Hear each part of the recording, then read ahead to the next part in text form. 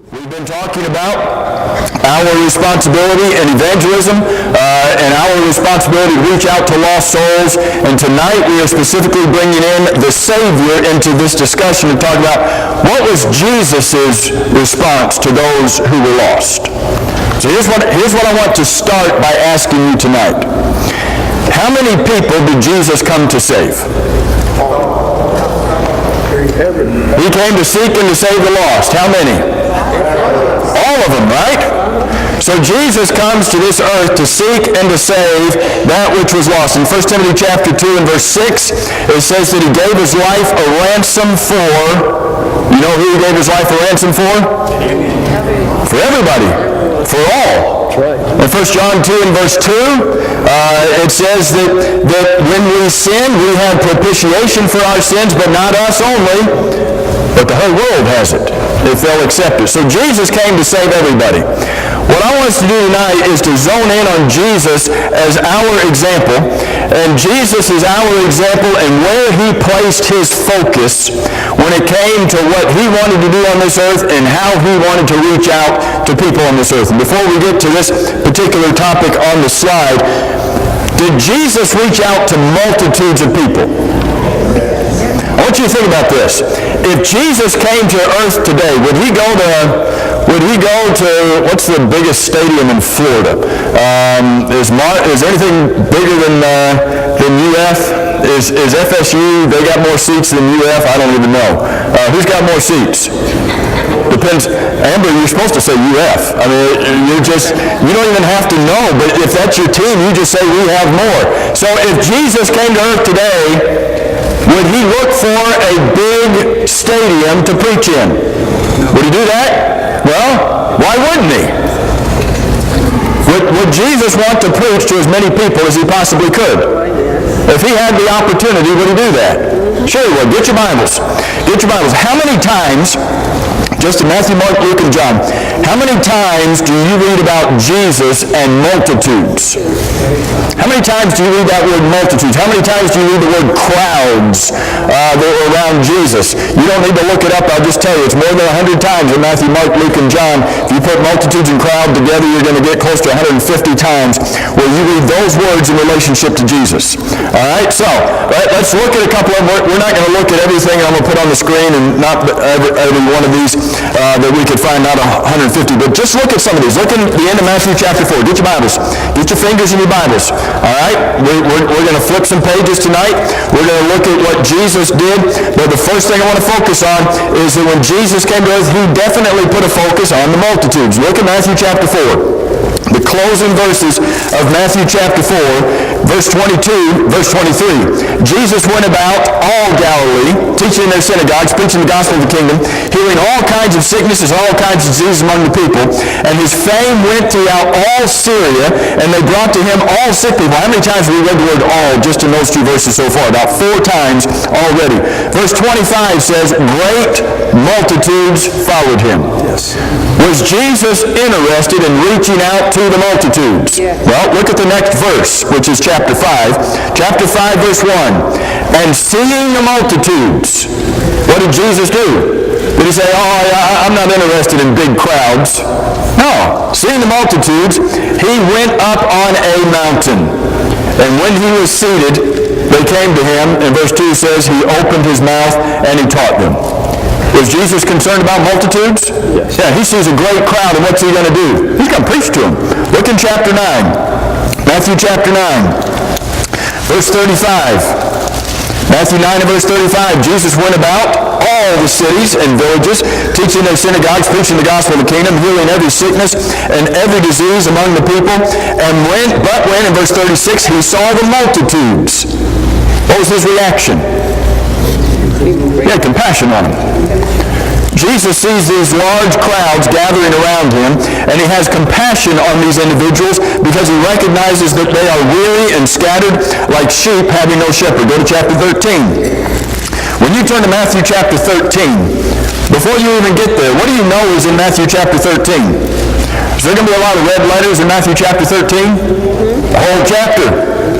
Because here's where Jesus begins to teach in parables. Look in chapter 13, verse 1. On the same day, Jesus went up out of the house, sat by the sea, and great multitudes were gathered to him. So what did he do? Well, he got into a boat and he sat down, and the whole multitude stood on the shore, and he spoke many things to them. When Jesus had an opportunity to reach out to multitudes, what did he do? He absolutely took every opportunity he could. So I'll throw these other verses up here. We're not going to look at these in detail, but these are just a sampling. Just a sampling of times where you're reading about the life of Jesus, and it says that he preached to the multitudes, that he came and multitudes were following him, where he saw multitudes and he had compassion on them. Can you imagine what it would have been like to see Jesus walking around Galilee with these people following him by the hundreds, perhaps by the thousands? What would it have been like when you read Matthew chapter 5 about the Sermon on the Mount? He goes up on a mount. Why is it called Sermon on the Mount? Did Jesus have a stage? Did he have a pulpit? Did he have a microphone? Did he have an amplifier? What did he have? Well, he had the voice of God. I mean, if anybody had the voice of God, Jesus. But he goes up on the mountain to preach to the multitudes. What is the largest number that you know surrounded Jesus at one time? 5,000 what? Men. Did that include women, children? No. And women and children always outnumber men because they're just better than there's always going to be. You go to any church, you know how many, if you compare men and women in this church, guess who wins? If we're just counting numbers, all right? If we're just counting numbers, guess who wins? Now, if you had children in that, men, we're just totally outnumbered, all right? So, you figure it was the same back then? Jesus is surrounded by thousands of people. Is he interested? You know, there's some preachers today. There's some preachers today that's all they want to preach to. It's big crowds. In fact, if you were to read some of their resumes, if you were to read some of their biographical sketches, some of their preachers would even have in there, and he preached in this place to X thousand people on this one occasion. As if that was the pinnacle of all preaching. Some preachers, unfortunately, will look at small congregations and say, well, you know, I'm just not really interested. Jesus comes to earth. Is he interested in the multitudes? Is he interested in preaching to as many as he can on whatever opportunity? Sure. But that's not our focus tonight. I wanted to lay that as a foundation to say, absolutely, he's interested in the multitudes. But would it be possible for somebody to be interested in the multitudes and not be interested in the individual? No. Would that be possible? Say, I'm going to preach to the multitudes, but not be interested in the individual. Would that be possible? I think that'd be possible. Well, I'm going to get my sermon together, and I'm going to go up on the mountain, I'm going to preach my sermon, and when I'm done, I'm going down to Denny's and have some pancakes and have a nap this afternoon. Only be concerned about the multitudes and not be concerned. What is the difference here? What's the difference in saying multitudes and the individual?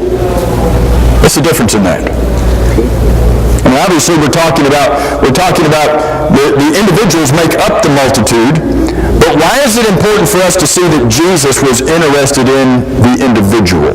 Every soul. Jesus is interested in every soul. Why is this important? He's interested in the individual. Why is that important? He comes to this earth and he wants to save everybody. So if he could, he'd use heaven's megaphone and just preach the gospel. Could Jesus have preached one sermon and it got to every soul on earth at one time and he'd go back to heaven? I mean, maybe that have been possible? He's not just interested in he's interested in the individual.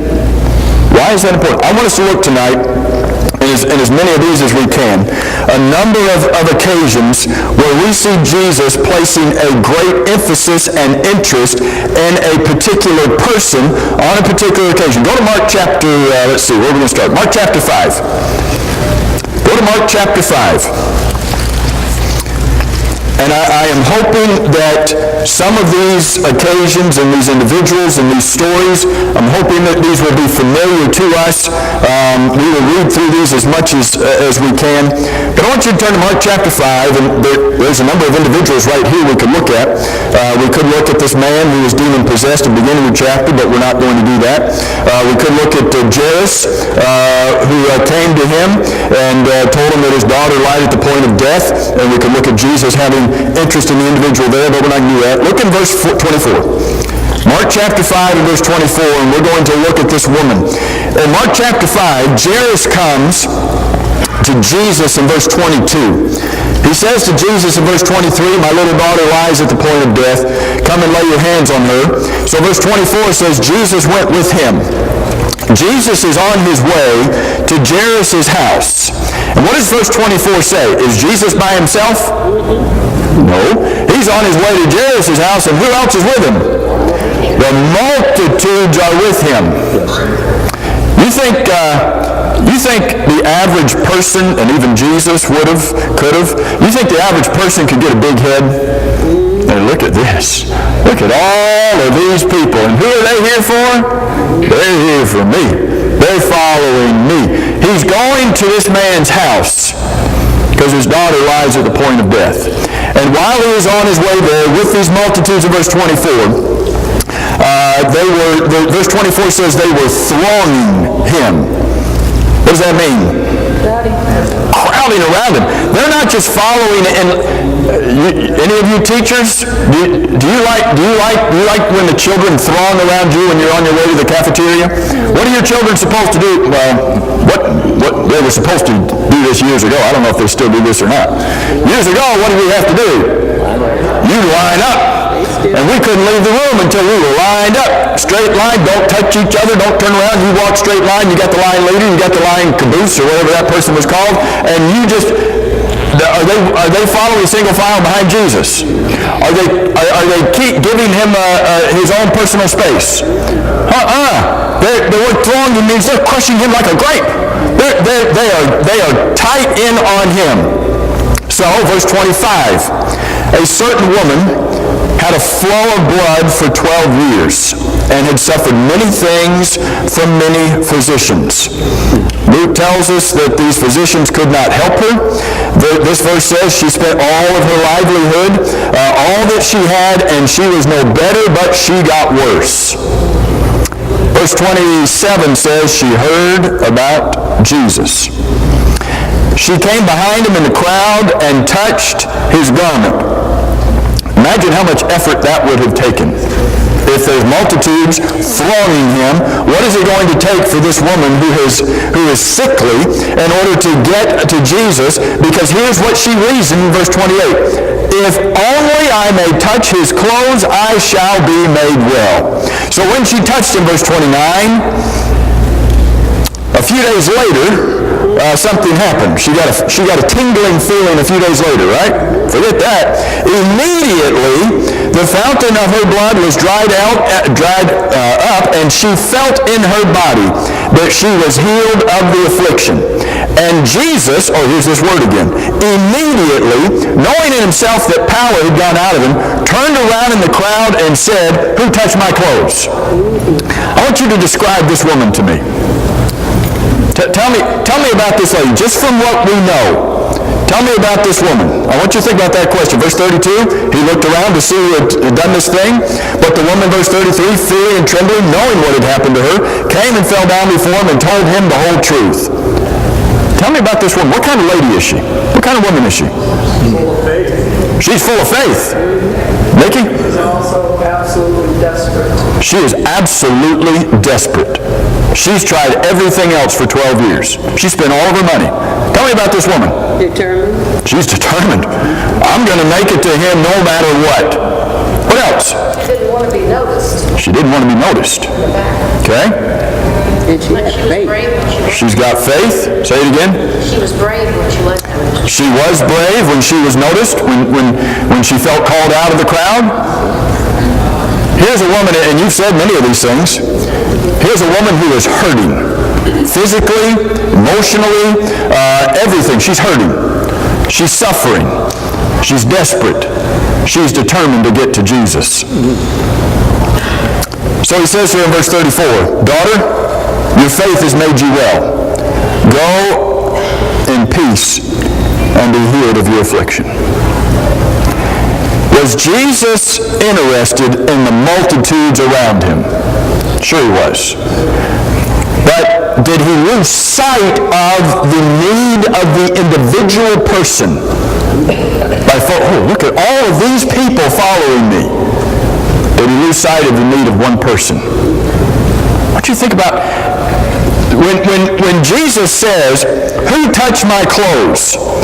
Look at verse 31. His disciples said to him,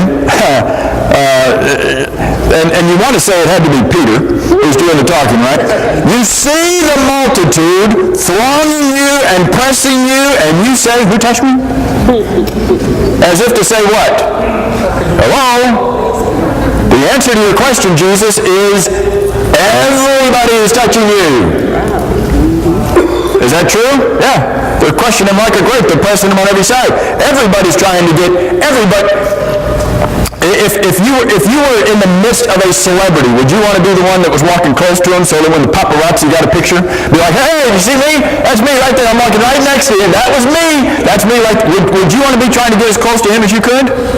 Everybody's trying to get there. Who touched me? Jesus, everybody has touched you. No.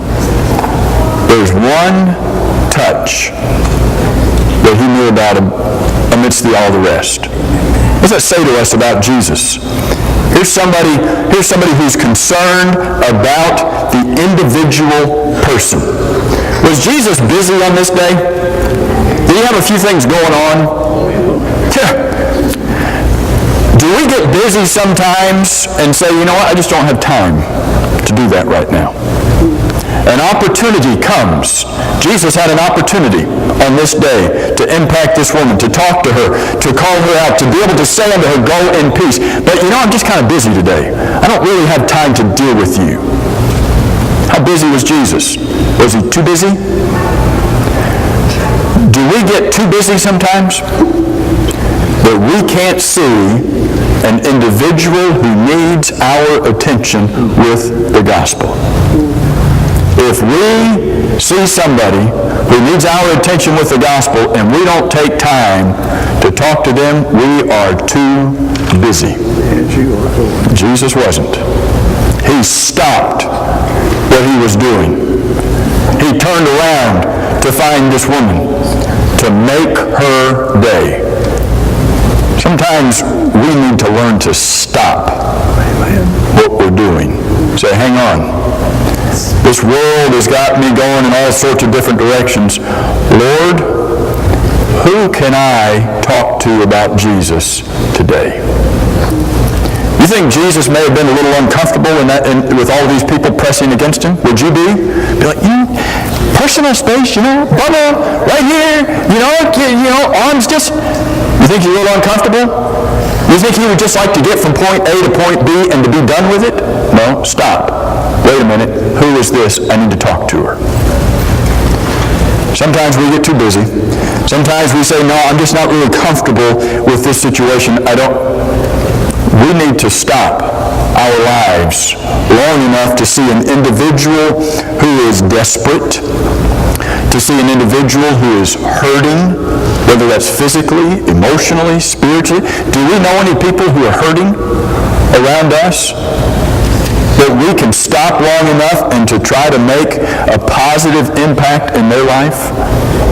Jesus helped this woman to go on in peace. When was the last time we helped somebody through the gospel to go on about their life in peace? Jesus was not just interested in the sea of people. He was interested in each individual soul. That's where we've got to be. That's where we've got to be. All right, go to Luke chapter 7. Is that where we're going? Yeah. Luke chapter 7. This is one of my favorite stories. It's only in the book of Luke. And we don't have it in the other gospel accounts. But this is a cool story. Luke chapter 7, starting in verse 11. It happened the day after that Jesus went into a city called Nain, And many of his disciples went with him, and who else went with him? A large crowd. Wherever Jesus is going now, there are large crowds following him. You know, why didn't he just turn around and preach a sermon? But he's not just interested in the large crowds. When he came near the gate of the city of Nain, and we don't have any indication that Jesus had ever been there before, so perhaps this is his first time going to this city. Behold, a dead man was being carried out, the only son of his mother, and she was a widow. This woman, her husband has died. Now her only son has died. She is on her own. And a large crowd from the city was with her. Perfect opportunity. If somebody's only interested in big crowds, if somebody's only interested in elevating their own ego, Jesus got a crowd following him. Oh, here comes another crowd. It's just going to make my day. Is Jesus, yes, he's interested in the multitudes, but Jesus, even in the midst of the multitudes, is able to see a single person. What does verse 13 say? When the Lord saw her. Did he see the multitudes? Yes. Did he see the coffin? Yes. This verse says he saw her. He had compassion on her. He stopped what he was doing and he said to her, do not weep. Then he came and touched the open coffin, and those who carried him, the body, stood still, and Jesus said, young man, I say to you, arise. So he who was dead sat up and began to speak, and here's a beautiful part of this, in just, 7 words? And Jesus presented him to his mother. How would you have liked to have seen that? Fear came upon all, and they glorified God, saying, a great prophet is risen among us, and God has visited his people, and this report about him went through all Judea and the surrounding region. Tell me about this lady. Describe her to me. What? She's a widow? She is full of grief. She's lost her husband, lost her son. Describe her to me. She still has faith. She still has faith? She's lost. Say again? I said she's lost her will for being. She has none. Okay. No husband, no son. Lost her will for being, lost her means of anyone taking care of her, which would have been her husband's responsibility and then her son's responsibility. How is she supposed to take care of herself? And here's what you all have said. She is sad. She is grieving. She is mourning. She is lonely. Do you know anybody like that? You know anybody that fits any of those categories? The Bible says she's coming out, that they're coming out of the city, and it's possible that she was leading this funeral procession. She's right at the front of it. And the Bible says Jesus saw her.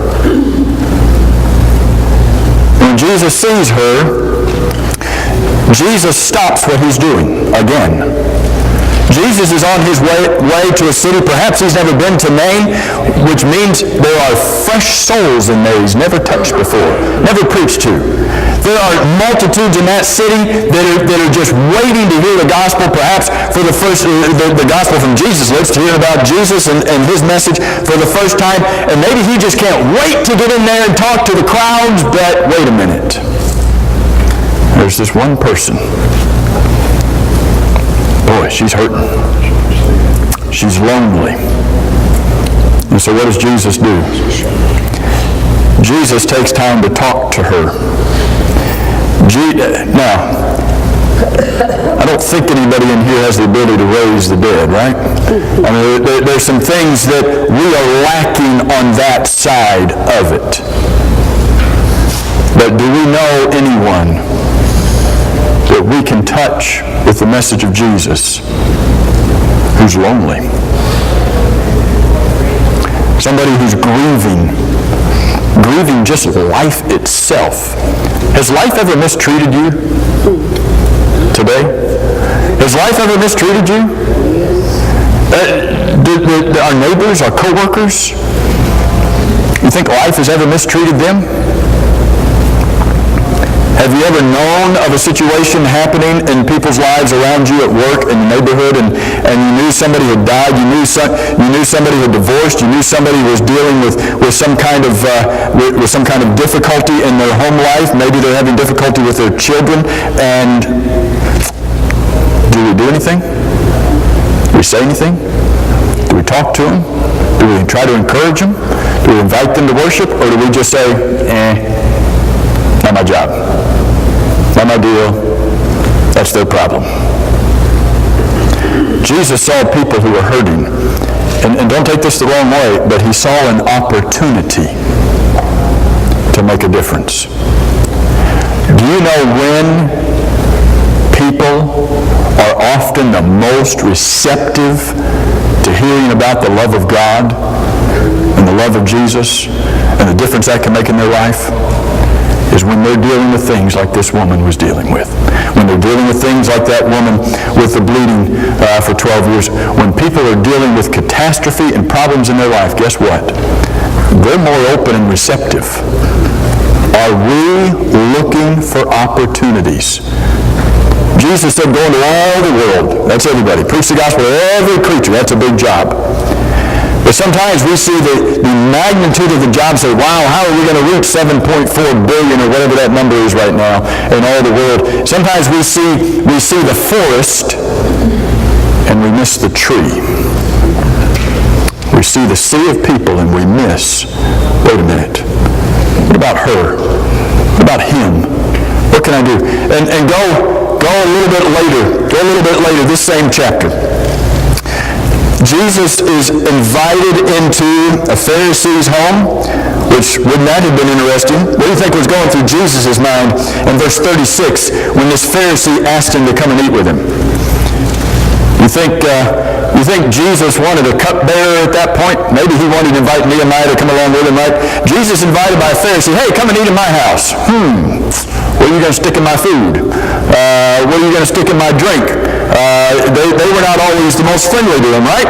So he went to the Pharisee's house, and he sat down. He is in someone else's home. When you go to somebody else's home, you just kind of, you try to fit in, right? Okay, do they eat their salad first, or do they dig into the hot stuff first and then eat the salad later? You just kind of observe what's going on with them. Are we going to sit on the couch, or are we going to sit around the table? All right, you just kind of, I want to kind of fit in here. Jesus goes to somebody else's house, and verse 37 says, behold, a woman in the city who was a sinner. Some translations say a woman of the city, and perhaps some have looked at that and say she's maybe a woman of the streets. Here's a woman who is described as a sinner. She is known as a sinner. She knew Jesus sat at the table of the Pharisee's house, brought an alabaster flask of fragrant oil, stood at his feet, behind him, weeping. She began to wash his feet with her tears, wiped them with the hair of her head, and she did what? Kissed his what? Feet, and anointed them with fragrant oil. Now when the Pharisee who had invited Jesus saw this, he spoke to, who did he speak to?